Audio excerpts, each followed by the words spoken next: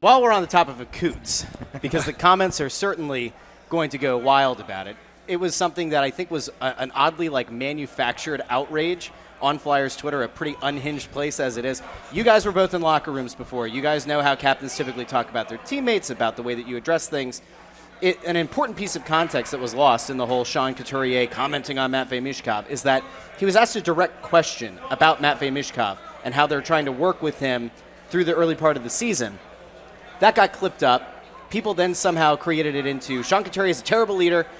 Who goes out and flames a young player like this? What an irresponsible guy. Get that out of here. Seemed insane. But that's for me, and I'm just a regular guy. You guys have both been in locker rooms. You know Sean Couturier.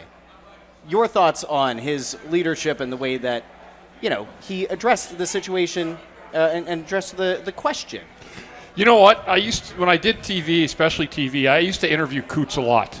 And one thing he does, and it gives off, I was watching the interview today, he looks down at the ground, and then he doesn't really look you right in the eyes. And I remember going back to those days, even when I interviewed him, he would just look down, and then he'd look up for a second and look back down again.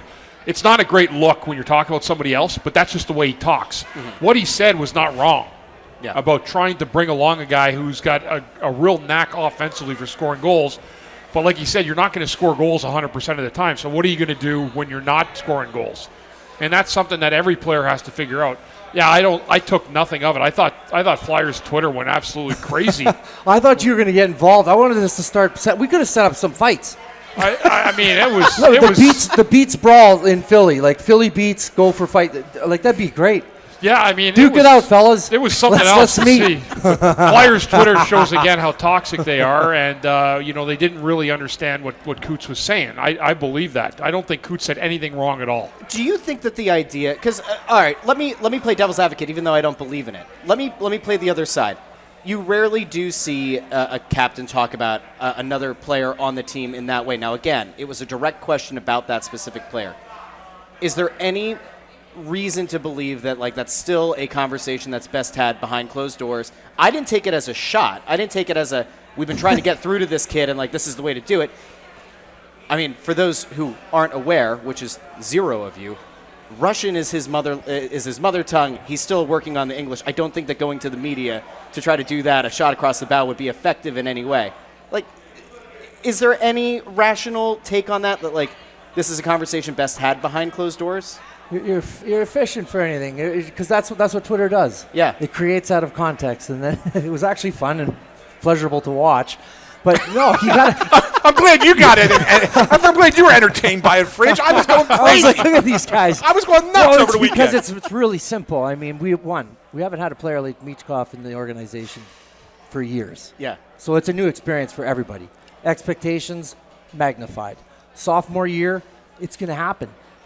This whole thing that in the summer too, you want to really get into it. If you look, Bundy, you can back this up too. The kids that are in that 10%, they don't stop playing year round until they make the NHL. They're going to summer camps. They're going to all of those, especially in Europe.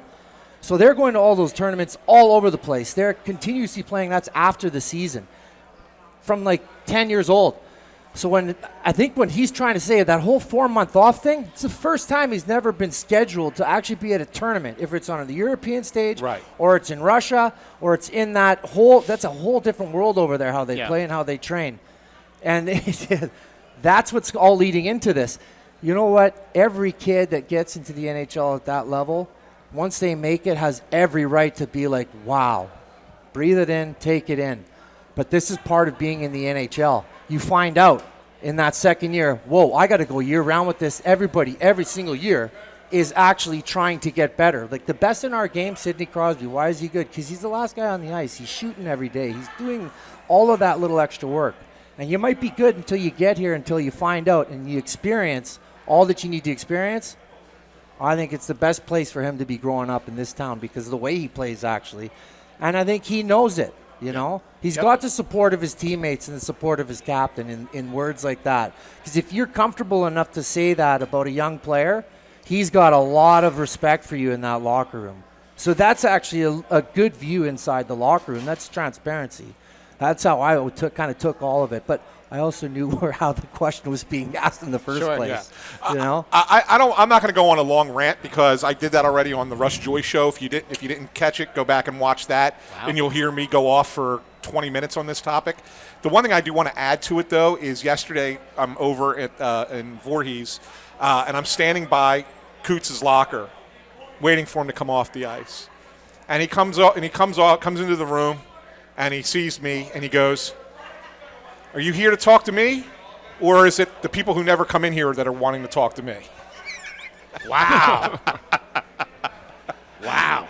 So we were joking. He was kidding, obviously, but I mean, that was the thing. And I asked him, I said, "When did you find out about it?" He said, "I didn't find out about it until people were texting me on Sunday night about it." Like, he said, I knew nothing about it. And then all of a sudden, it's like I would look at him like, "Oh my God, they're making a big deal out of this." I was trying to compliment the kid.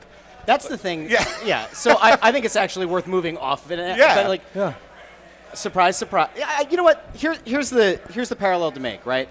I saw there was a controversy on Twitter yesterday or the day before because a radio host on one of the Philly stations said, well, VJ Edgecombe hasn't been as good as he was on opening night. Well, of course not. What's the one thing that we all want? Good, young, dynamic players that are going to take their game to the next level and ultimately lead a team to a championship. Right. We had like roughly a decade where there were very few of those players. Correct. Now, with each team, you have guys like that. Mishkov happens to be the one for the Flyers.